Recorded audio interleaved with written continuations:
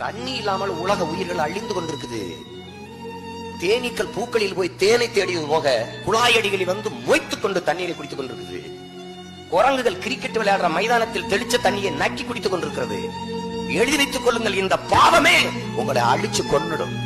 நீங்க இந்த குரங்கு செத்தா என்ன, இந்த பூச்சி செத்தா என்ன, இந்த வண்டு செத்தா என்ன, இந்த காக்க செத்தா என்ன, இந்த யானை செத்தா என்ன, இதெல்லாம் செத்தால் நீங்கள் செத்து போவீர்களே நண்பு சொந்தங்களே.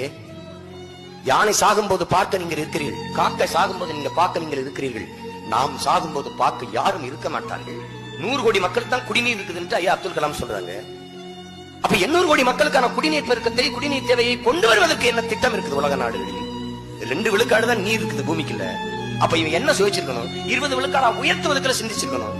2 விழுக்காடு தான் இருக்குதா? அப்ப இதை வித்தால் நன்றாக சம்பாதிக்கலாம் என்று நினைச்ச சிந்தனை இருக்குதே, அதான் உலக உயிர்களுக்கு செய்த பச்சை துரோகம்.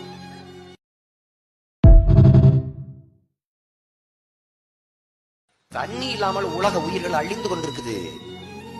தேனீக்கள் பூக்களில் போய் தேனை தேடியது போக குழாயடிகளில் வந்து மொய்த்துக் கொண்டு தண்ணீரை குடித்துக் கொண்டிருக்குது. குரங்குகள் கிரிக்கெட் விளையாடுற மைதானத்தில் தெளிச்ச தண்ணியை நக்கி குடித்துக் கொண்டிருக்கிறது. எழுதி வைத்துக் கொள்ளுங்கள், இந்த பாவமே உங்களை அழிச்சு கொன்னுடும்.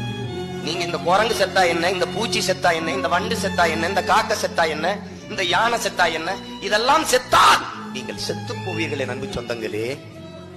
யானை சாகும் போது பார்க்க நீங்கள் இருக்கிறீர்கள், காக்கை சாகும் போது நீங்க பார்க்க நீங்கள் இருக்கிறீர்கள்.